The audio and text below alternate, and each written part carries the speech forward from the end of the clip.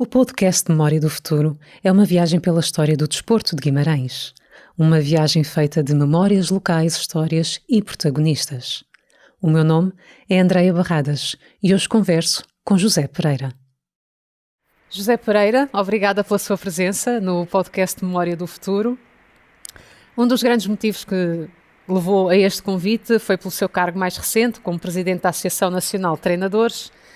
Mas antes das câmaras se ligarem, nós estávamos os dois aqui numa boa conversa e eu fiquei um pouco fascinada por perceber também todo o seu passado profissional, como nos falava, ligado a uma fábrica muito importante aqui em Guimarães e em como isso também o ajudou a olhar para a sociedade, não é, de uma forma diferente e a educar-se até politicamente. E por isso, se calhar, antes de começarmos da forma que eu ia começar, por essa novidade que me traz, gostava também de lhe perguntar pelos seus olhos... hoje em dia, como é que vê Guimarães no que diz respeito ao desporto, não é? Uma vez que está tão ligado à história de Guimarães, não é? Aquilo que foi e agora é. Ainda por cima, há pouco contava-me que também foi um grande motivador para que os funcionários na Alfa também praticassem desporto, não é? Nos seus intervalos, porque seria bom também psicologicamente. Qual é a sua visão de Guimarães atualmente no que diz respeito ao trabalho que é realizado na área desportiva? Bom dia. Eu nestes últimos anos não tive grande proximidade com a cidade. Certo, mas às vezes até é bom sair e voltar, não é? Para dar um retrato. Com aquilo que se passava. Agora, de qualquer das formas, eu vejo uma evolução muito grande relativamente ao meu tempo, então aí nem se fala, mas acho que há muitos clubes interessados e eu apraz-me registar porque eu moro na freguesia de Urgesas e vejo lá as crianças a praticar desporto, portanto fico muito satisfeito quando passo, porque eu quando vinha do Porto passava sempre pelo campo de Urgesas e fazia questão de passar mesmo por lá, porque satisfazia-me só ver os meninos ali a brincar, os meninos e as meninas também, já há bastantes, a brincar no campo pequenino, a brincar com a bola, com os seus orientadores, com os seus treinadores. Portanto, isto é o reflexo, de facto, daquilo que a evolução que teve. E eu, se me perguntar nesta idade destas crianças, o que é que eu fazia nessa altura? Que era isso que eu ia perguntar quando disse o meu tempo. Jogava a bola no centro da cidade, eu morava ali no Largo Valentim Moreira de Sá. Portanto, que é aquele largozinho que tem ali por baixo da muralha onde diz aqui nasceu Portugal, não é? Nós passavam as pessoas para o cinema à terça e à quinta, que havia duas sessões por semana, e nós, depois de passar a polícia para o cinema, nós fazíamos ali com sapatos ou com pedras, fazíamos duas balizas e fazíamos ali um apeladinho, uma coisa que é impensável neste momento, não é? Portanto, nós jogávamos mesmo a bola no centro da cidade. Portanto, neste momento... As crianças têm de facto uma orientação já com pessoas que poderão eventualmente não ter os conhecimentos, os melhores conhecimentos, mas têm naturalmente também a preocupação de que é importante, que é como eu dizia na qualidade de presidente de treinadores, às vezes não é preciso saber muito o que fazer, é preciso saber o que não fazer, aquilo que pode eventualmente prejudicar as crianças no seu crescimento e na formação de caráter até, não é? E em certos traumas sobre todos os aspectos, e é isso que eu ia terminar, sobre todos os aspectos. E, portanto, isso é muito importante e as pessoas, por aquilo que eu vejo, que me apercebo, estão minimamente preparadas para o desempenho dessas funções. Nunca chegaremos àquela situação de dizer isto está perfeito. A perfeição é inatingível, mas também não dispensa ninguém de se aperfeiçoar diariamente. E, portanto, eu penso que evoluiu muito. Nunca conseguiremos estar de acordo com aquilo que se faz, porque somos mais exigentes com os outros do que connosco próprios e portanto dificilmente chegaremos ao patamar da excelência, mas efetivamente há que reconhecer que os clubes mereciam e merecem mais apoio das instituições para que tenham as crianças e lhe deem efetivamente possibilidade de eles desenvolverem a sua atividade. Eu estou a referir-me ao futebol, mas nas outras modalidades eu percebo, todas. Fala de desporto, então, né? Nos benefícios do desporto, eu conheço no crescimento. O futebol, aquilo que se passa no futebol, mas verifico também que nas outras modalidades as coisas também melhoraram significativamente. não é muito falado, não, pelo menos pela imprensa, pelos cafés, que é onde se fala muito de futebol, da Associação Nacional de Treinadores. Não é um dos nomes que mais se lê. E por isso, para quem não conhece e por tantos anos que esteve no cargo como presidente, se calhar era interessante começarmos também a nossa conversa por aí. Consegue-nos dar uma noção do que é realmente o trabalho realizado por esta associação, porque é que ela foi constituída? Para quem não conhece a associação, como é que explicaria o que é a Associação Nacional de Treinadores de Futebol? Eu sou fundador da Associação Nacional de Treinadores de Futebol. Existiam dois sindicatos e, na altura, portanto, após o 25 de Abril, havia os sindicatos da direita e os sindicatos da esquerda. Normalmente era mais da esquerda. Do que da direita. Mas na época de 80, um senhor chamado José Maria Pedroto entendeu que os treinadores deviam se unir e formarem um sindicato único. E portanto nós na altura dizíamos, eu filiei-me cedo, com 28 anos filiei-me na Associação Nacional, na altura era o Simbol, filiei-me no sindicato no Simbol e depois fui convidado para fazer parte da comissão instaladora, da comissão que veio a constituir a Associação Nacional de Treinadores de Futebol. Fizemos já algumas assembleias para chegarmos a esse ponto e depois acabámos por acordar os dois sindicatos em destituir as duas instituições. Fizemos uma Assembleia Geral, aliás no mesmo dia e no mesmo local, uma de um sindicato e a seguir outra de outro sindicato, para extinguir os sindicatos e formarmos a associação. A partir daí fiz parte da comissão instaladora, começámos a traçar um programa de ação e constituímos o sindicato e entregámos os nossos estatutos no Ministério, da altura era o Ministério de Emprego e Segurança Social, que o homologou e, portanto, fundámos depois a Associação Nacional de Treinadores de Futebol. Começámos a desenvolver a nossa atividade. O objeto era, efetivamente, a defesa dos interesses dos treinadores de futebol. Na altura, uma grande parte dos clubes tinha treinadores, mas não tinham formação, não estavam devidamente certificados, mas, sei lá, na altura, eu fiz o estudo na altura, 90% dos clubes não tinham treinadores credenciados. Portanto, eram pessoas que deixavam de jogar futebol e depois iam para treinadores e que levavam algum conhecimento adquirido, verdade, seja dita, evidentemente. Claro. Agora, nós o que sentíamos é que era preciso mais qualquer coisa do que ter sido jogador de futebol credenciado. E, portanto, começámos a desenvolver a nossa atividade, começámos a promover cursos de treinadores e então começámos também, junto da Federação, a solicitar que fosse exigido os cursos de treinadores para o desempenho das funções nos respectivos clubes. Levou algum tempo, as pessoas, naturalmente, estas coisas levam sempre algum tempo. E era o que eu lhe ia perguntar, como é que os próprios treinadores tinham reagido a essa novidade, não é? A grande maioria dos treinadores, os treinadores, digamos, de top, que era importante que eles nos acompanhassem, estavam inseridos, digamos assim, nas organizações sindicais. E também sentiam a necessidade, que aliás é aquilo que se passa por a maior parte dos clubes. Eu depois cheguei a ser vice-presidente da Aliança Europeia dos Treinadores de Futebol, que tinha a sede na Alemanha, e portanto e começámos, digamos, também a trocar impressões com os treinadores estrangeiros. Fazíamos simpósios onde, aliás, nós fizemos em 2004 um dos melhores simpósios de todos os tempos da Aliança Europeia dos Treinadores de Futebol, e fizemos-lo em Lisboa e fomos nós que o organizámos e com todo o sucesso. E, portanto, esse era também um dos objetivos, era realmente o fundamental, independentemente da defesa dos direitos dos trabalhadores, que é importantíssimo e sempre o ponto número 1, havia de facto uma necessidade que nós sentíamos, os próprios treinadores, de reformular, ou melhor, implementar a formação dos próprios treinadores, no sentido de os levar, o que acaba por valorizar a própria profissão, ao não? encontro do conhecimento, para valorizar a sua própria profissão e chegar ao ponto que chegamos hoje, que temos um número de treinadores estrangeiros no estrangeiro, a trabalhar no estrangeiro, por todos os países, no top, em todos os lados, por todo o mundo.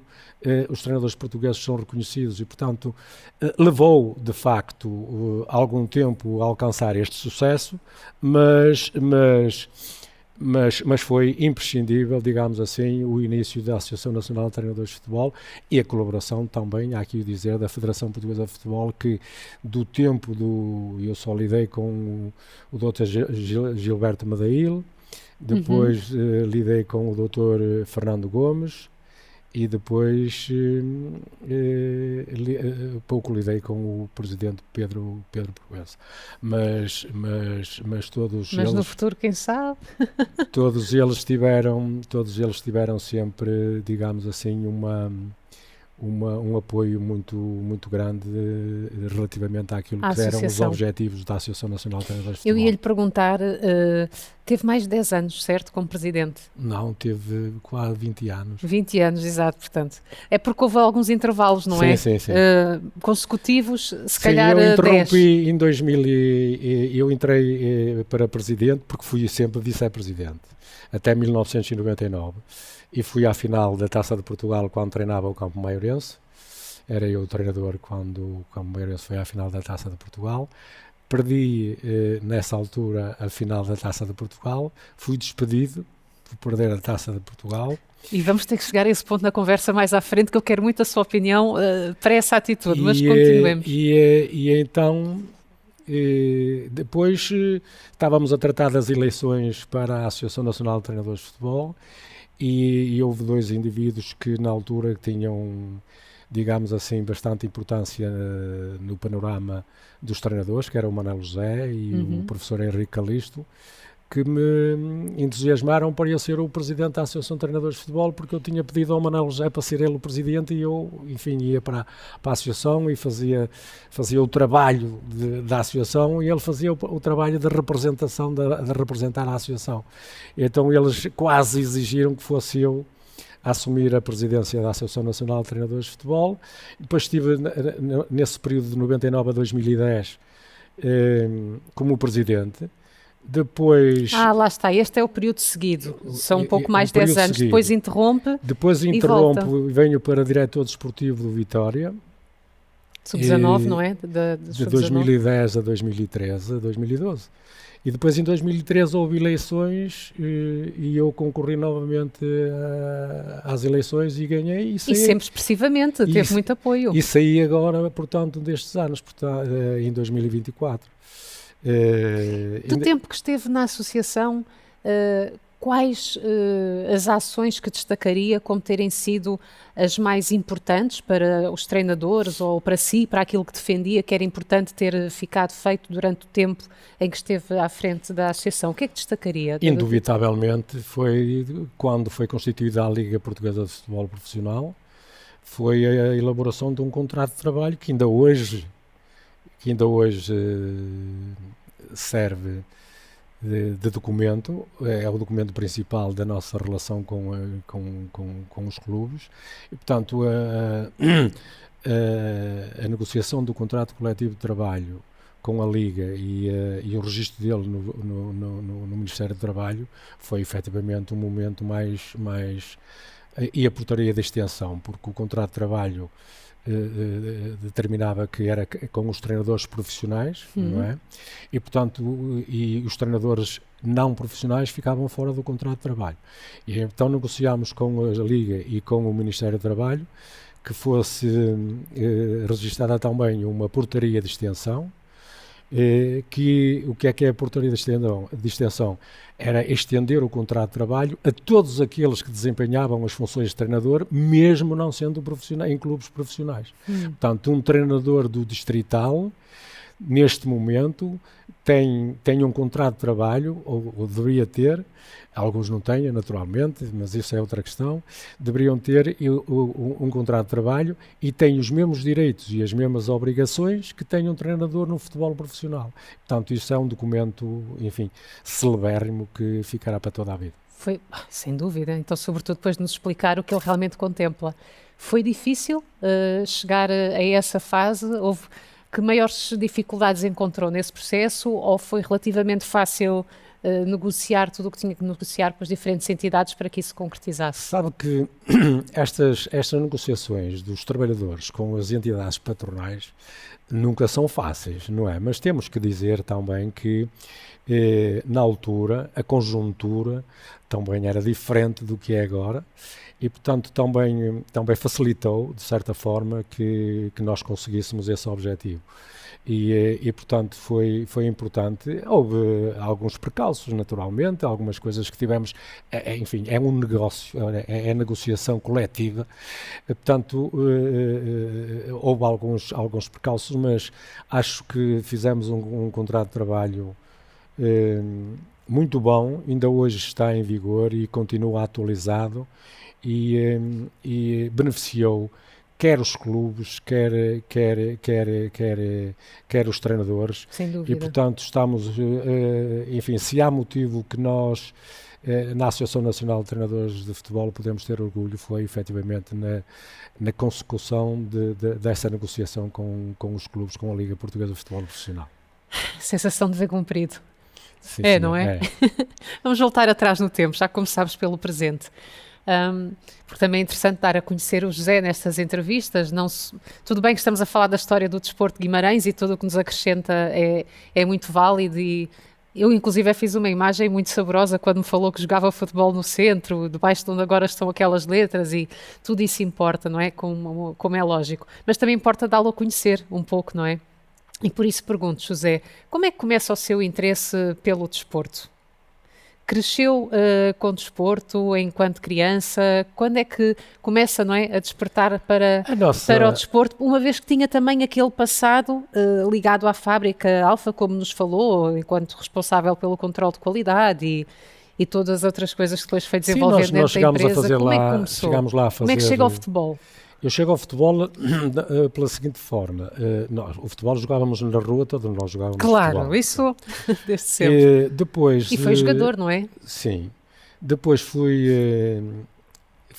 a primeira vez que eu me inscrevi no clube foi no Vizela.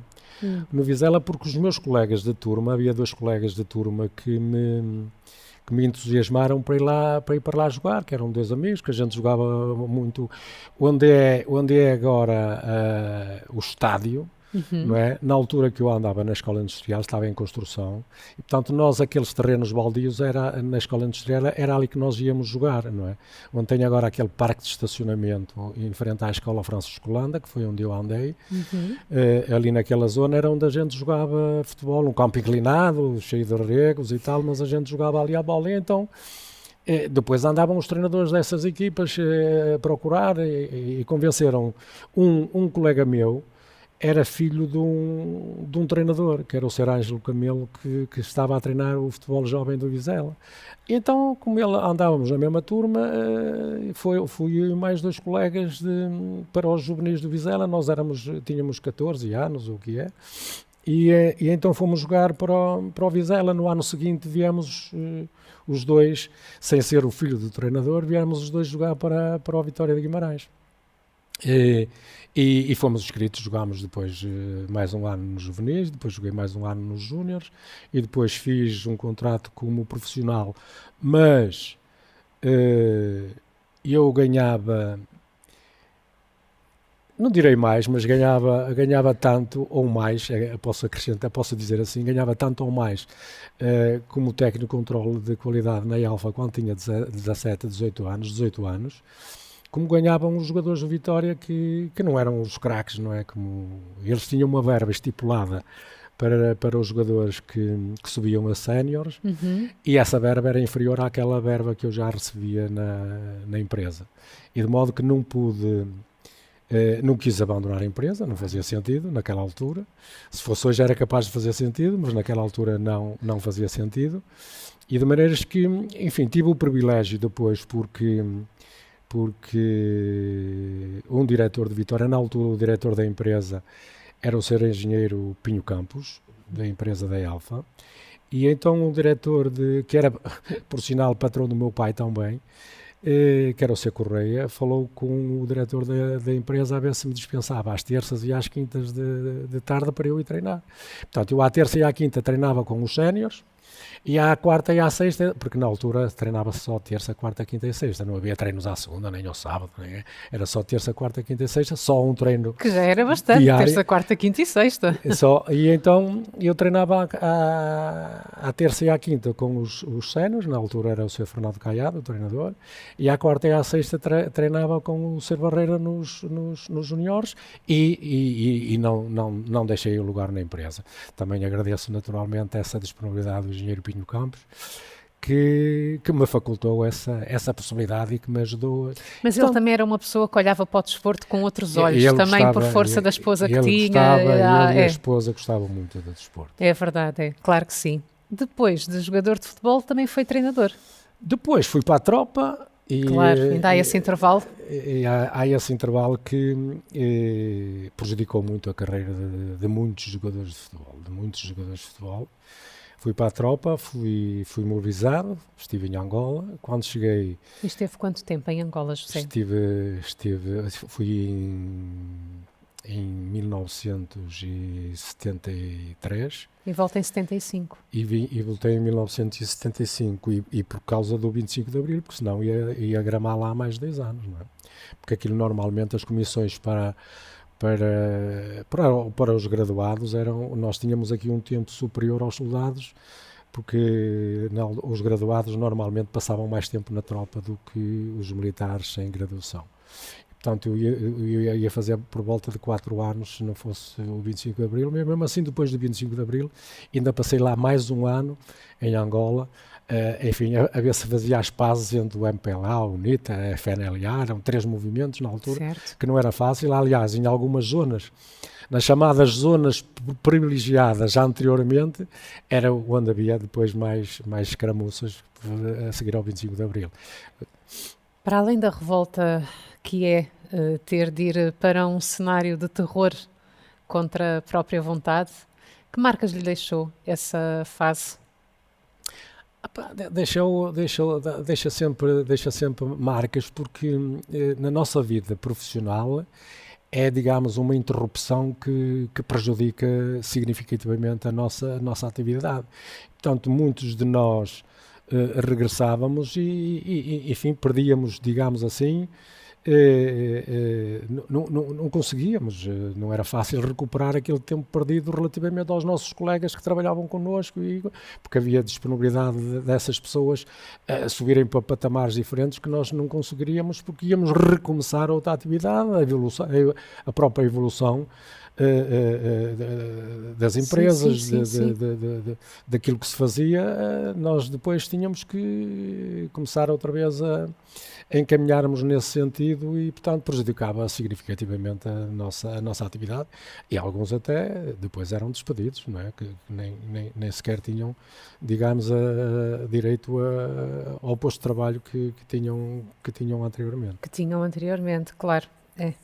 É mesmo é um corte. Um intervalo no percurso, um corte e um intervalo no percurso que não é justo. Mas quando volta de Angola, em 75, é quando começa a trabalhar como treinador, ou não? Ainda é mais tarde? Não, em 75 não. Eu em 75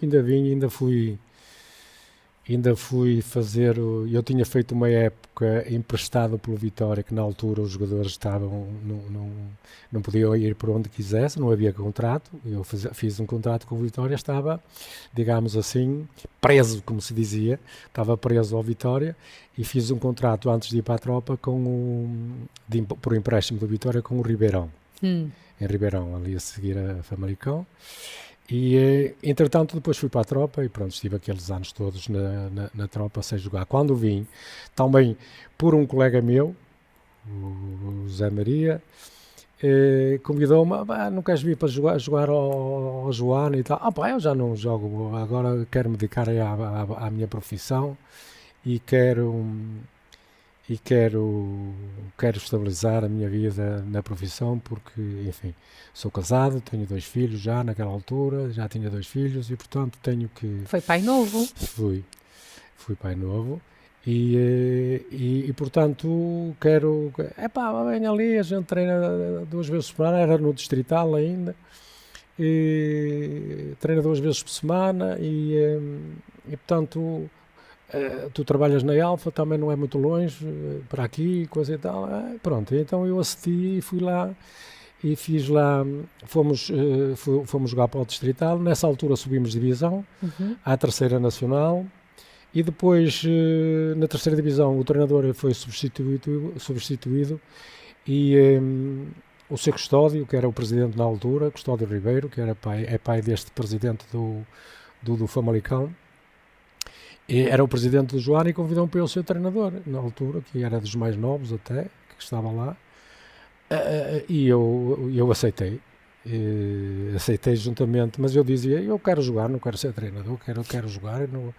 Pá, mas jogas e treinas. Vem aí um colega teu, que é o doutor, que era um colega nosso que nós tínhamos, que era licenciado em Direito, que era advogado, e portanto ele ajuda-te, fica no banco e tal, e vocês conversam, e pronto, fizemos aquelas avarias que... Sim, quer dizer, o próprio José fazer. Teve um início na carreira como treinador, ainda que tenha sido um período curto, que acho que teve como treinador há pouco tempo, não é?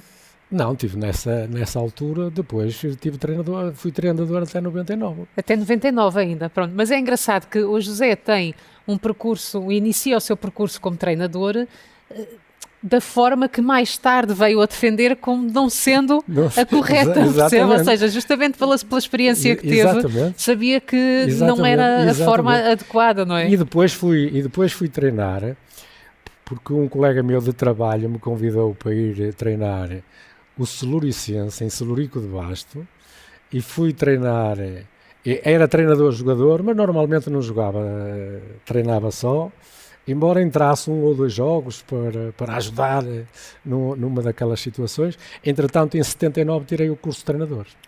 Em 79. Em 79 tirei o curso. E onde é que se tirava o curso de treinador nessa altura, para quem vivia em Guimarães? Eram os sindicatos, no Porto. No Porto, não é? No Porto, já na altura, era no Porto. Agora já fazem em Braga. Mas na altura tirei o curso no Porto. Nós íamos 2 carros aqui de Guimarães com jogadores, uns do Vitória, outros sem ser do Vitória, mas íamos 2 carros de Guimarães para o Porto todas as semanas, 2 vezes por semana, para o liceu, era num liceu no Porto, e depois os exames foram no campo de treinos do Estado das Antas ainda. Era Estado das Antas, fizemos lá os exames. Quem me examinou foi o Sr. José Maria Pedroto e o Sr. Fernando Vaz, que não me deu nota máxima porque fez-me uma pergunta relativamente à Batalha de Alves Barrota, do Quadrado e essas coisas e tal, e eu respondi-lhe qual era... Isso também entrava, essa pergunta? Que estranho, que engraçado. Dela que era uma pergunta extra, que se eu respondesse à pergunta tinha 20, que tinha uma nota boa, mas se respondesse àquela pergunta que tinha 20. E qual era, digamos assim, o aspecto principal daquela batalha? E eu disse que foi a concentração em quadrado dos militares e depois atacar pelas laterais. E depois disse pelos lados, diga-me outra palavra para conseguir de facto a nota máxima. Eu não me recordei na altura. Se ele dissesse pelos flancos, que era aquilo que ele queria, ele dava-me nota 20. Assim não me deu a nota 20. Isso hoje em dia não aconteceria. É também reflexo de outros tempos, não é? De menos até formalidade, a tratar-se algumas questões até mais importantes. Na altura foi. Muitos profissionais a fazer, há muitos dos profissionais que estavam lá na sala a fazer o exame como eu fiz, no final riram-se todos daquela ação, mas era assim. José, isso hoje em dia ia parar às notícias, alguém a reclamar, não tive 20 porque... Enfim, quantos clubes treinou, José? Eu depois treinei o Ponta Barca, fiz a melhor classificação de sempre do Ponta Barca, não subi divisão da terceira para a segunda, porque na altura foi numa altura em que o Famalicão desceu, tinha subido para a primeira divisão, mas depois porque houve uns problemas de arbitragens, dessas coisas, desceu direto da primeira para a terceira. E portanto tinha uma equipa que tinha constituído para a primeira divisão, que o treinador era o Rodolfo Reis, tinha o Fernando Couto como jogador, o Jorge Couto, o Lula, jogaram na terceira divisão porque tinham feito o contrato com o Famalicão na primeira. E portanto esses subiram logo à primeira divisão e nós nesse ano não subimos porque ficámos em segundo lugar e portanto não deu para subida, senão tínhamos subido da divisão, mas treinei depois também o Vieira do Minho, treinei o São Martinho, treinei o Lixa, depois fui adjunto no Vitória de Guimarães, adjunto do João Alves, primeira vez foi do João Alves, fui adjunto do João Alves porque eu tinha confiança com ele, mas eu não queria ser adjunto do João Alves, eu fui por um problema que houve entre o João Alves e o professor Manuel Machado, e o professor Manuel Machado é que me pediu para eu ir para adjunto do João Alves, e ele vinha para os juniores, que eu estava a treinar os juniores, que eu treinei 8 anos consecutivos os juniores da Vitória de Guimarães. E portanto, eles não se entenderam lá em determinadas situações, e o Manuel Machado telefonou-me a ver se eu não me importava de trocar. Eu disse: Manuel, eu nunca quis ser treinador adjunto de ninguém, pá, e eu não tenho feitio para ser treinador adjunto de ninguém, eu não gostava, mas como aquilo era, digamos assim, uma situação tão difícil, eu aceitei, e não estou arrependido, porque o João Alves foi muito meu amigo. E é uma passagem pelo Vitória Sport Clube, que é o clube das grandes paixões de Guimarães. E da minha paixão, naturalmente. E aprendi também bastante. Entretanto, depois treinei o Vieira do Minho, depois o Bernardino Pedrota assumiu a direção técnica do Vitória também como treinador, e convidou-me para eu ser adjunto dele. Estive com ele, depois fomos para Barcelos, depois fomos para Campo Maior. E treinei o São Martinho do Campo, treinei durante 20 anos consecutivos. O que é que considera importante para um treinador quando entra de novo, pela primeira vez, não é? Num clube, com a equipa? O que é muito importante nessa fase inicial para que todo o percurso possa correr de uma forma mais positiva? Como é que deve ser a entrada de um novo treinador num clube e numa equipa?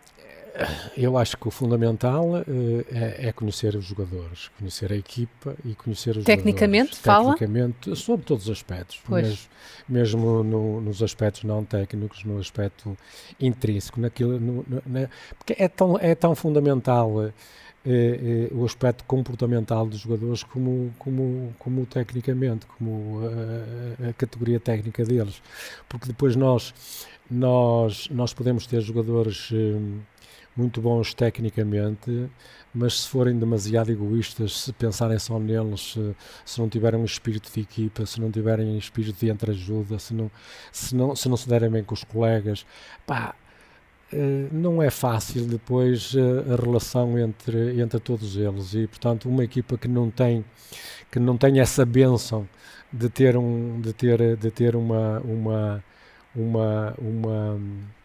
como é que é dizer, um entendimento geral, alicerçado também numa liderança competente, e que os treinadores reconheçam, digamos assim, essa competência, porque quando um treinador cai mal no seio de uma equipa, depois é difícil ter sucesso.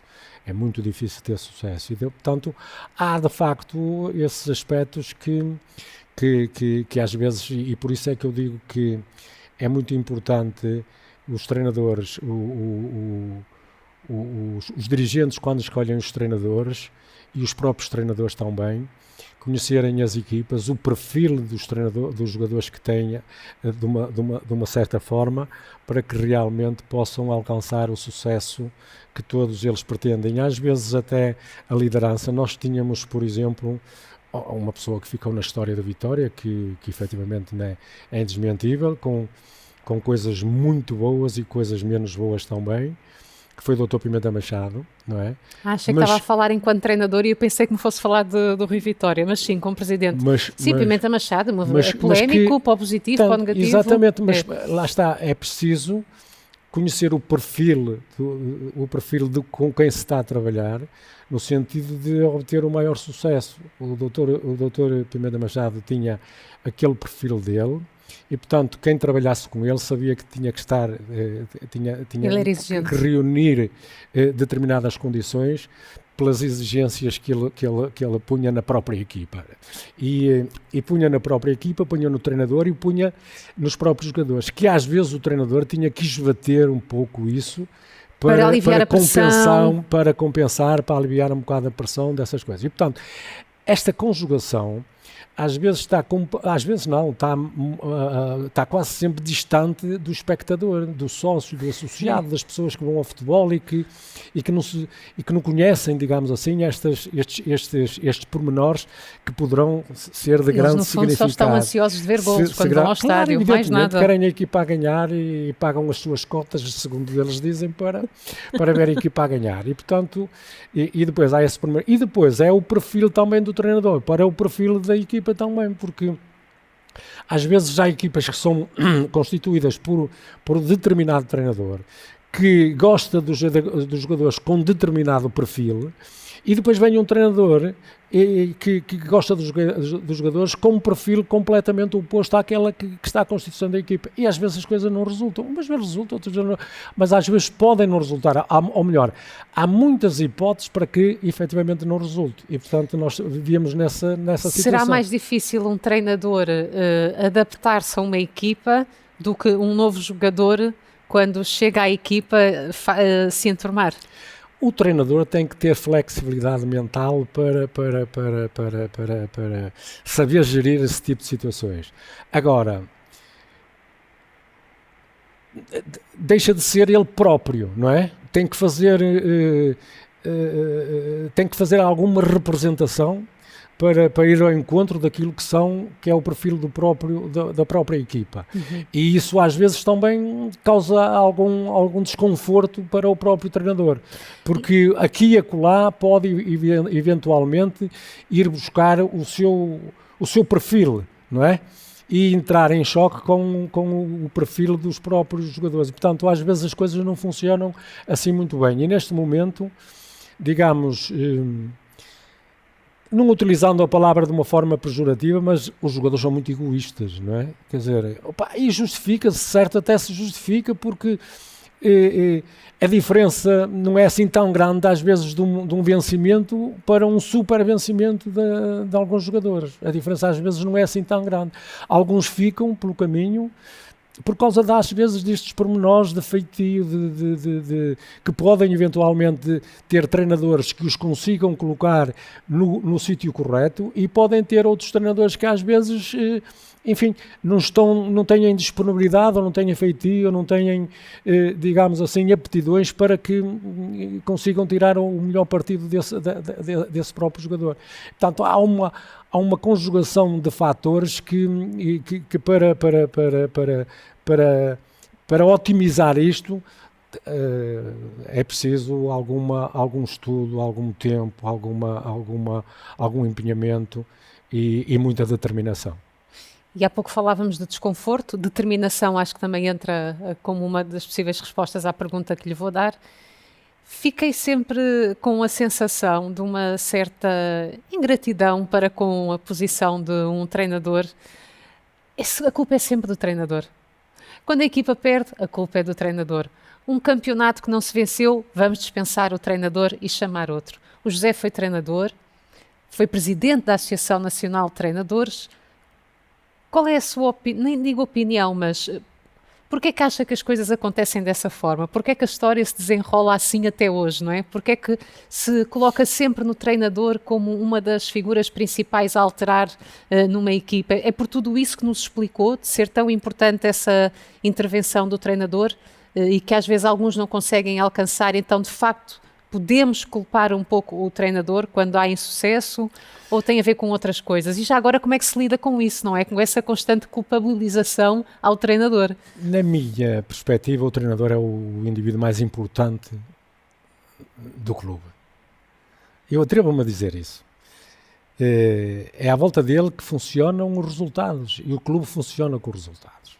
Portanto, temos que... o presidente do clube tem, em termos administrativos, a importância que tem, naturalmente, e tem muita, mas no termos da gestão da equipa é importante, e o clube é tão ou mais importante quanto melhor ou pior forem os resultados obtidos pela equipa. E, portanto, se chegarmos a esta conclusão, que é fácil de chegar e que toda a gente chega, portanto, temos que entender que o treinador é, de facto, a pessoa mais importante da equipa.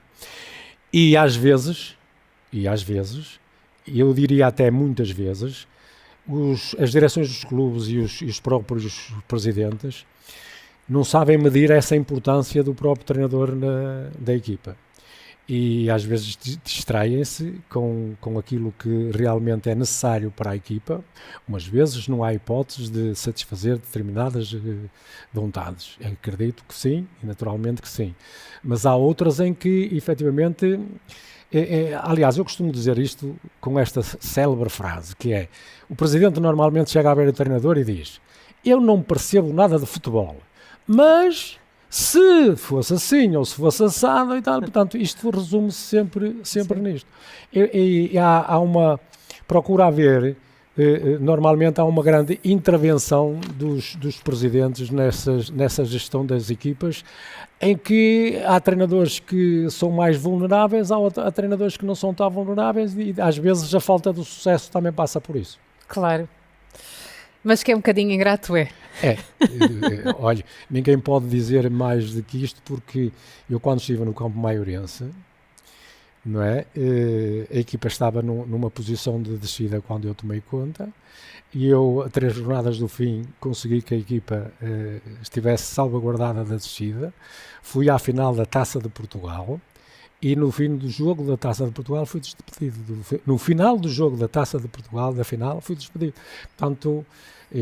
O José sentiu, antes de ser presidente da Associação Nacional, tudo aquilo que depois veio ajudar a defender. Também. Iniciou a carreira sem a formação, fê-la mais tarde, foi despedido, apesar de ter levado a equipa à final da Taça, uma equipa que não seria suposto até estar da Taça, porque foi de facto algo anormal e que se calhar não se voltou a repetir depois da sua saída. Eu não conheço a história, mas atrevo-me a dizer isso.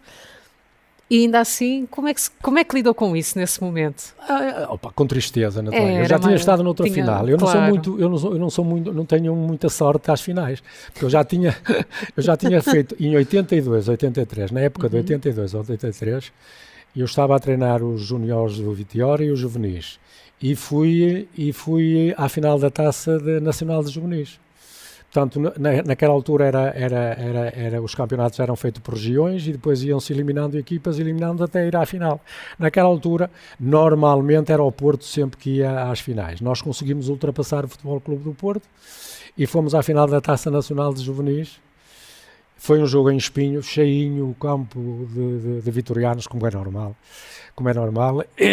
E perdi 1-0 também. O treinador do Benfica era o Eusébio. O Eusébio era o treinador do Benfica, no papel, porque aí também era o Ser Ângelo, uma velha glória também do Benfica, que normalmente organizava e tal. Mas pronto, e perdemos 1-0 na altura era o presidente, o Dr. Pimenta Machado. E portanto fui a essa final também e também perdi 1-0. A primeira vez que eu vi uma final... É muito importante estar na final, a verdade é que também é essa. Importante. Há muito trabalho até chegar à final, não é só a vitória. Claro. Como espectador também, com 12 anos, fui ver a primeira final do Vitória de Guimarães com o Sporting em 63. Em 63, o Vitória também perdeu um 4-0 com o Sporting. Essa foi forte. Também não... Essa é que foi uma goleada de Sporting, é? Como diretor desportivo do Vitória, também fui a uma final com o Vitória, com o Porto, também perdemos 6-2, e portanto também não tive sorte nessa final. É o que diz, portanto, realmente o José e as finais é uma coisa... Aliás, a final, que eu tinha sido convidado pelo Dr. Fernando Gomes para ir ver a final do Benfica com o Vitória quando foram à final, e ele disse-me que tinha lá um lugar no camarote presidencial para eu ir ver, e eu disse: não vou, porque ir por aí sozinho, traga uma pessoa consigo que eu arranjo lugar também para essa pessoa, mas eu gostava que você viesse ver a final. E, doutor, desculpe lá, mas eu não vou, olha, e não fui, e de certo dei sorte ao Vitória, que o Vitória ganhou, e ainda bem. Já que falamos em finais e de ter sido treinador e depois de ter colaborado com os treinadores a nível nacional, gostava de tocar aqui no ponto um bocadinho mais polémica durante o tempo em que esteve na presidência. Polémica no bom sentido, isto é só uma questão de diferença de opiniões. Não sei se vi bem, mas penso que o José, e não sei se ainda hoje pensa dessa forma, durante algum tempo defendeu que as equipas portuguesas deveriam apostar na contratação de treinadores portugueses. Ainda hoje pensa dessa forma? Eu tenho... Ou será que já não fará tanto sentido?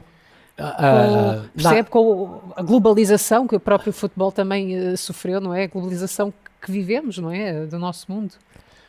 À época, nós quando começámos, e foi a Associação Nacional de Treinadores de Futebol que implementou a exigência, fomos nós que fomos exigentes para nós próprios na formação dos treinadores. A nossa formação dos treinadores, que ainda hoje está de acordo com aquilo que nós projetámos em 84, 85, antes até da fundação da Associação Nacional de Treinadores de Futebol, que depois teve consequência, naturalmente, nós já pensávamos isso. A maior parte das modalidades tinha 3 níveis, uma grande parte, não é a maior parte, uma parte das modalidades. Na altura, nessa época, a natação e o basquetebol eram as modalidades que faziam uma formação mais competente aos seus treinadores. E, portanto, nós andámos a pesquisar e a ver como é que eles trabalhavam, andámos a ver como é que trabalhavam no estrangeiro e quisemos implementar uma formação de treinadores. Quisemos e implementámos uma formação dos treinadores melhor do que essas todas que existiam. Melhor do que cá no estrangeiro, melhor do que as do handball, as da natação e de basquete, e implementámos a nossa formação. Naturalmente que ao longo dos anos foi foi-se ajustando, mas nós temos uma boa formação de treinadores em Portugal. E daí defender também que a contratação deveria... Ok. Porque as provas estavam à vista e nós estávamos a ter, e evidentemente que isso era uma autodefesa dos presidentes dos clubes, porque o Francisco, o José, o António, não sabia quem era o treinador e, portanto, estava garantida, digamos assim, pelo menos um determinado tempo, para que o treinador tivesse alguma paz, algum sossego, não é? Senão começava, quando eram os treinadores portugueses, era logo nos jogos particulares, já não porque o fulano, porque o Beltrano, porque ele foi assim, porque ele foi assado, ele não foi nada como jogador, ele não foi nada...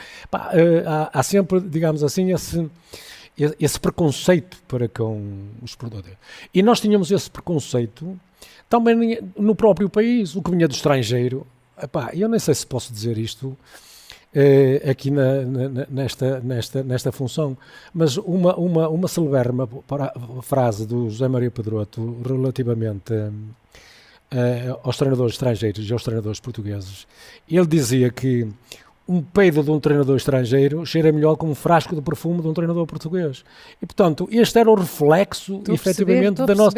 Mas era da nossa sociedade, não era só dos treinadores. Só que refletia, para nós, o treinador, refletia-se mais para nós, a sociedade. E, portanto, havia esse preconceito. E nós tivemos que nos preparar, e preparámos-nos, convenientemente, para podermos responder e mostrar aos presidentes, à sociedade, aos adeptos, que nós tínhamos, efetivamente, estávamos bem formados.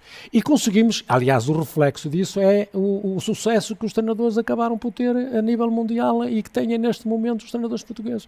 Portanto, isso conseguiu-se, digamos, a grande satisfação que eu tenho ao deixar a Associação Nacional de Treinadores de Futebol, a presidência da Associação de Treinadores, é verificar que, efetivamente, nós tivemos um sucesso enorme naquela aposta que fizemos na formação dos treinadores portugueses, porque antigamente bastava ser jogador para ser treinador, e isso, aliás, passava-se no Brasil e ainda se passava, eu estes dias fui convidado para ir fazer uma intervenção ao Brasil, aos treinadores brasileiros, e portanto, e já estive lá há 2 anos também a fazer e a tentar organizar o sindicato dos treinadores brasileiros para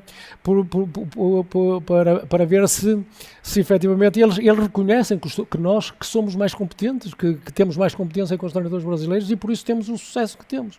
Claro. E que temos treinadores portugueses a ter esse sucesso no Brasil, inclusive. No Brasil e na Inglaterra. Fala-se do Jorge Jesus, por exemplo, né, que quando chegou ao Brasil foi muito bem recebido e muito bem acarinhado, sem dúvida. Então, e agora o último sucesso do Abel, não é?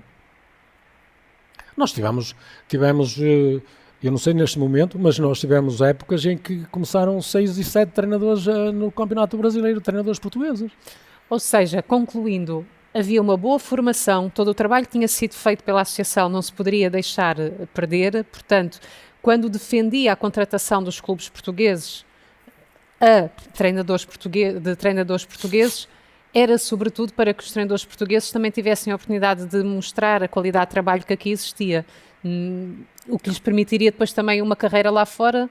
Portanto, não seria anormal que nós também pudéssemos contratar treinadores estrangeiros, mas era preciso fazer também primeiro um investimento naquilo que de bom cá se passava, não é? Repara uma coisa, assim. os treinadores estrangeiros normalmente vinham para as grandes equipas, não é? Não vinham para as equipas pequenas, que jogam para não descer divisão. E depois os treinadores portugueses não conseguiam fazer carreira nas grandes equipas. Claro, depois estavam sempre sujeitos a ser campeões, não é? Estavam sempre sujeitos a ser campeões e, portanto, essa mentalidade acabou por surgir com o trabalho que se foi desenvolvendo e com a aptidão.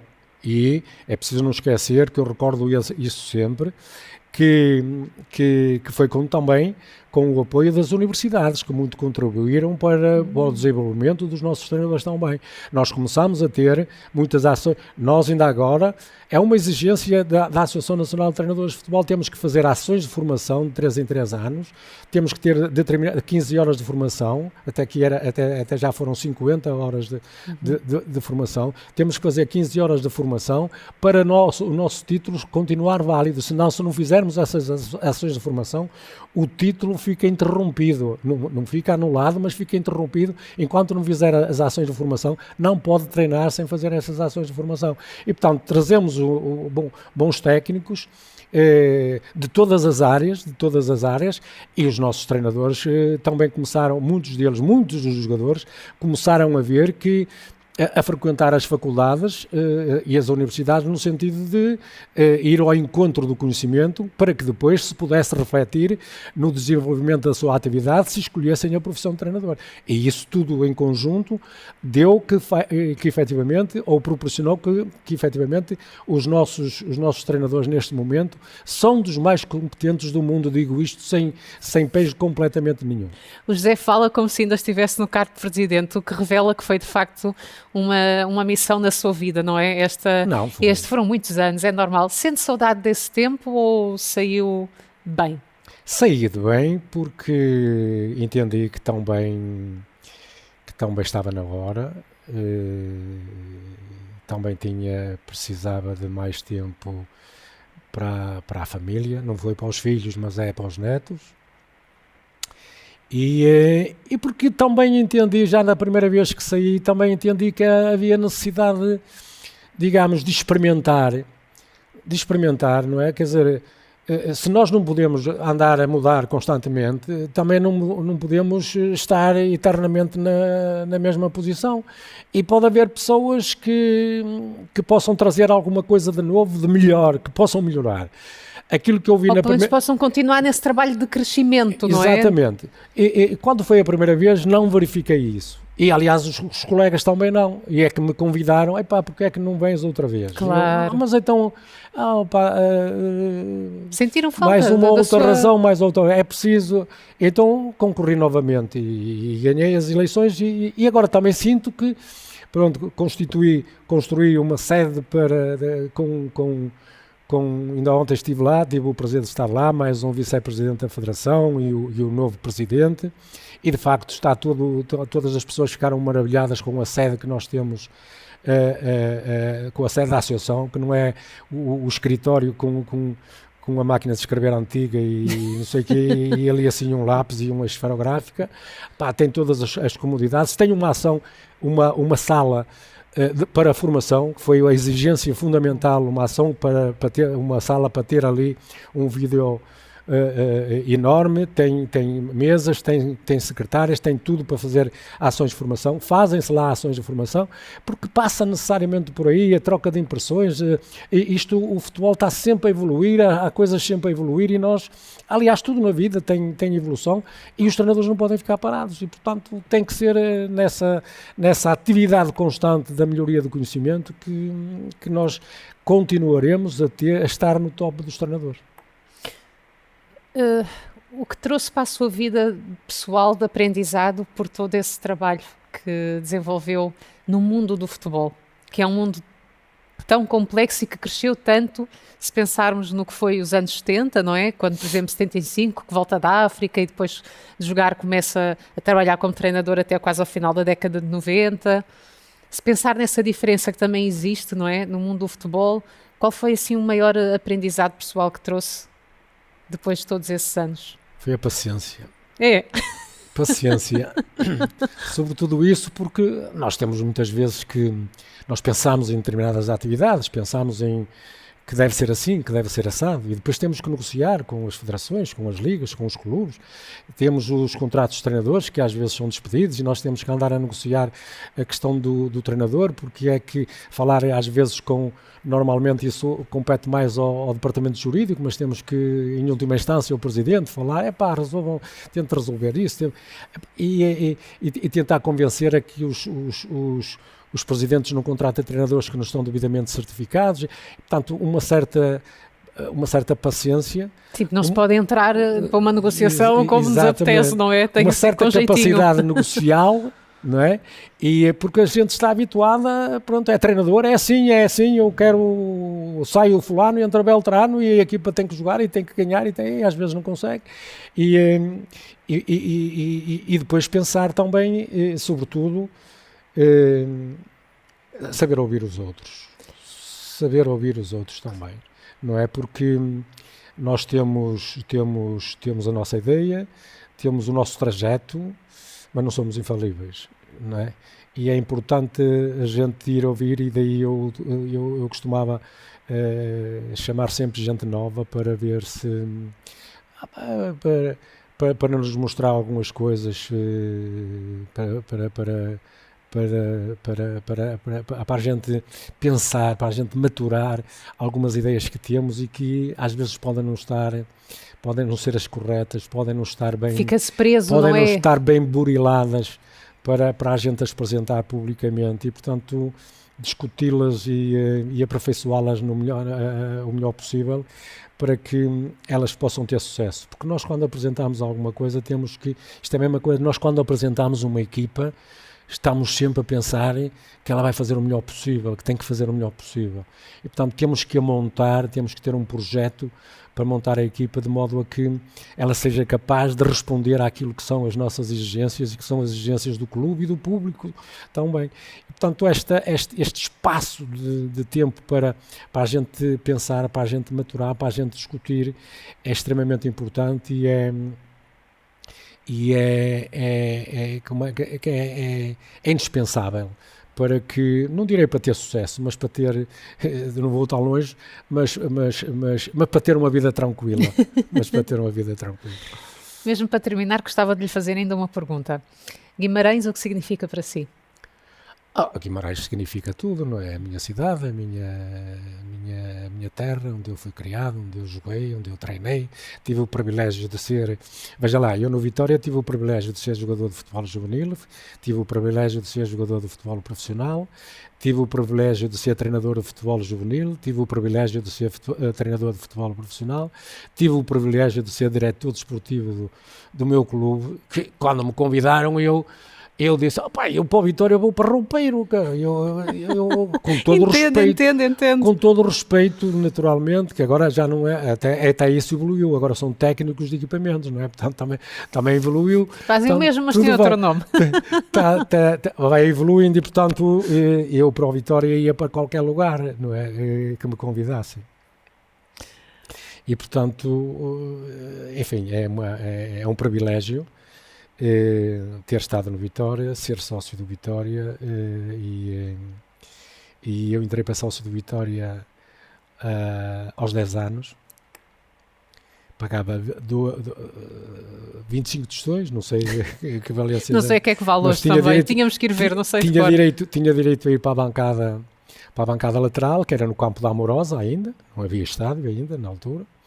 No campo da Amorosa, estava ali sempre no túnel, nas escadas onde saíam a equipa do Vitória, que era na baliza da entrada da Amorosa, que tinha um ringue por trás e tal, e pronto, era ali que eu ia ver o jogo, foi ali que comecei a treinar, foi ali que comecei a jogar, foi ali que, enfim, que fiz, ainda sou do tempo onde os jogadores equipavam-se cá em cima no campo da Amorosa, depois desciam pelo monte abaixo e iam jogar para o estádio que ainda não tinha os balneários.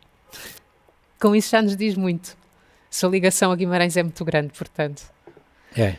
José, muito obrigada pela sua presença. Acabámos até por passar um bocadinho do tempo que tínhamos prometido antes das câmaras se ligarem. É bom sinal. Não faz mal. Obrigada. Nada, obrigado, eu é que agradeço.